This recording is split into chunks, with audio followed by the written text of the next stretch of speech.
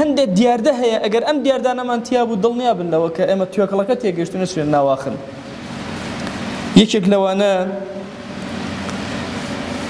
ئەگەر هاتوو زۆر بە سەریعی بڕیارماندا لەسەر هەر شتێک و زۆری سەریع ڕەفزمان کرد دڵنیا بە ئەمە ئاستی ڕۆشنبیری ئێمە لاواز ئەکە.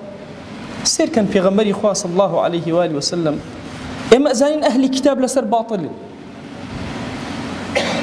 ئینجیلە تەوراتە ئەزانین هەمووی تەحریف کراوە دەستکاری کراوە، بەڵام بزانە ڕۆشنگەری ئیسلامی لە چه ئاستێکە. پێغەمبەری خوا صلی الله عليه و آله وسلم بەرنامەی بۆ ئێمە دانا، علەما تەفسیلاتیان داوەتی، ئەوەی موافقی شریعەتمە یەکسەر قبوڵمە، ئەوەی مخالفی شریعەتمە ڕەفز ماڵێمە ئەوە دەستکاری کراوە، ئەوەی نەمخالفە و نەموافقە لەو بەینە من بڕیارە دەم بەوەی کە ئەڵێم ئەمە نابێ قسەی تیا بکەم، نابێ بەڕاستی بزانم، نابێ بە درۆی بزانم. وهي پیغمبری خوا صلی الله عليه و آله وسلم فرمووی لا تصدقوهم ولا تكذبوهم، نەپێیان بڵێن ڕاست ئەکەی نەپێیان بڵێ درۆ ئەکەی. ئەمە عمقی حەضارەتی ئیسلامی، عمقی ثەقافەتی ئیسلامی و قوڵایەتەکەیەتی کە تۆ یەکسەر بڕیار نادەی.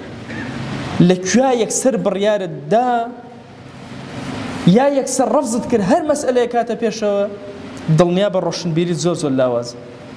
بۆیە ئینسانی موسڵمان ئەبێ زۆر بە وریایی مامەڵەکە لەگەڵ مەذاهبی ئیسلامیە، لەگەڵ فکری ئیسلامیە، ئەبێ ئێمە تێبگەین لە بینی یەکترا هەتاوەکو کۆک نەبین، بەتەما نەبین کافر زەویمان بۆ ڕاخە یا رب العالمین لە کتوپڕێکا شتێکمان بۆ دروستکە. ئەبێ ئێمە خۆمان فکری خۆمان ثەقافەتی خۆمان جەم بکەینەوە، دروست ببینەوە، لەممان دووبوونە ڕزگارمان ببێ.